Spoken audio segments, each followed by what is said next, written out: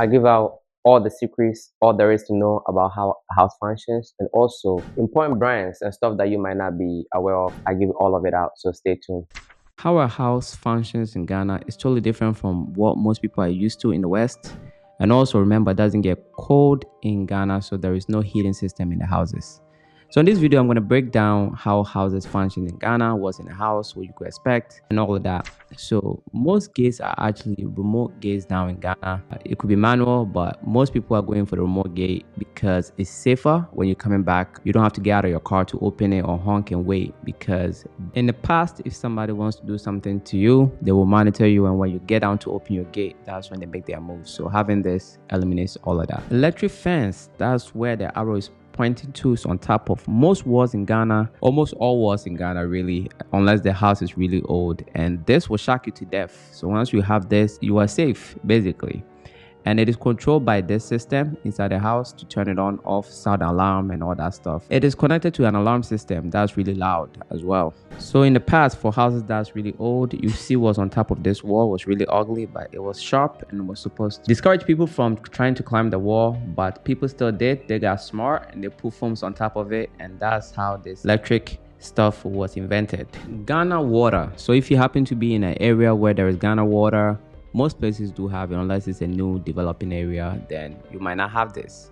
But if you have this, you do need a poly tank as backup, because Ghana water is not flowing every day. Luckily, I'm in a very good area, military zone, so my water could flow for 4 months without them turning it off at all. So I don't have water problem, but I still have my backup on top of my house, as you could see.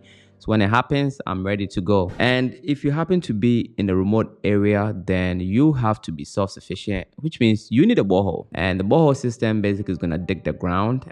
Most of the time, the water is salty, so you probably need to treat the water. The saltier the water is, the more expensive it is to treat it. And one method is the reverse osmosis. I think that solves the issue, no matter how hard the water is. Burglar proof. The principle behind this is to make it hard to enter the house, and I don't like the look of it, but most houses in Ghana have this. I have the alarm system in my house, so everything is censored, and once you try to enter, I get a phone call and the police get a phone call. So this is the brand, this is the system. If you want one, Acadian can hook you up. So if you happen to be in a developed area where the roads are done, where they have gutters and everything, it's really easy to get rid of your wastewater, which is when you take a shower, when you wash stuff in the dishes, clothes, all of that. That wastewater goes straight in the gutter. You can, connect it to it, and it's quite easy. However, most people in Ghana don't have it, especially if you're in a developing area, because the roads are not done, and you're gonna have to figure out how you are going to get rid of your water.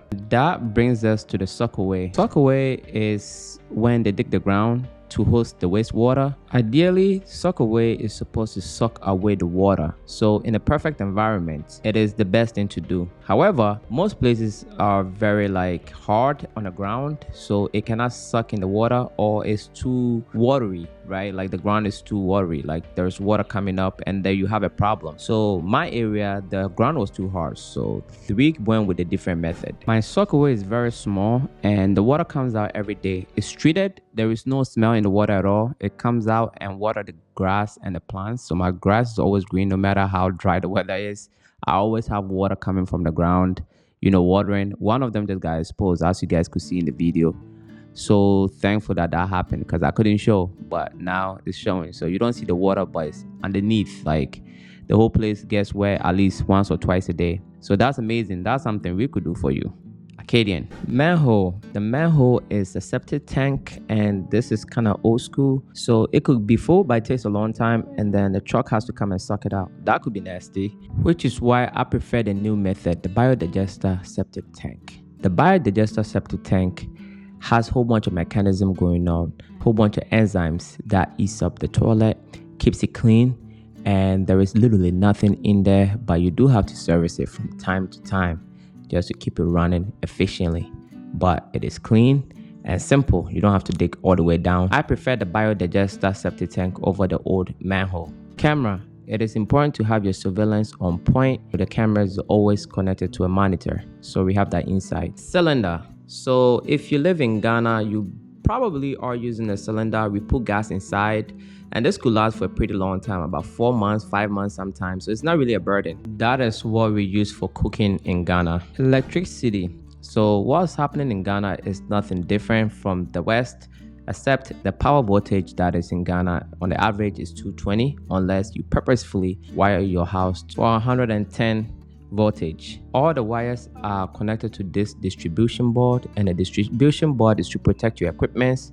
If anything blows up, it's the distribution board that will automatically turn off before the equipments blow up. Unless it is a commercial space, all houses are prepaid system. Back in the days, people were not paying, and the government had to chase them around and all that stuff before people pay. And they got tired of it, so they came up with a prepaid system. If you don't pay, your light automatically goes off when your money runs out. As simple as that. Ghana is very brilliant when it comes to collecting money. There is something known as doomsaw in Ghana, which means the light is on and off. So Ghana grid can go out, and you have to be self-sufficient in that case. So most people used to have generators, but the downside of generators is not good for the environment. Causes pollution, as you know, it's fossil fuel, and then also you have to service the generator, and then you need to use diesel, which could be costly in the long run.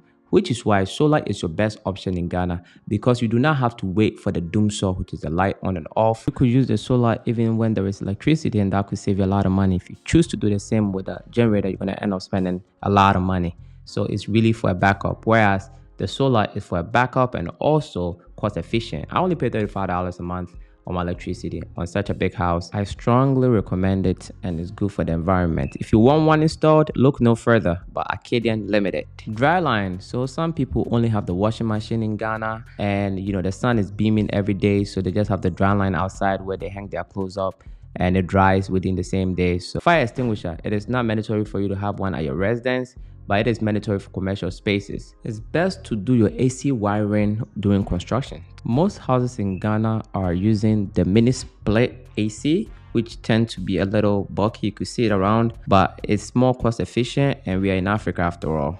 Central AC is not a thing in Ghana because it's more costly in the long run, and we try to be very economical in Africa.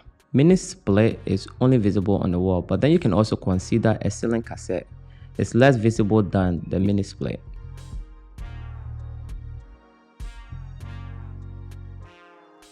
Centralized ACs must travel through duct work, and that could be really high on electricity, and it could be really expensive. Mini split is more cost efficient. That's why Africans love it.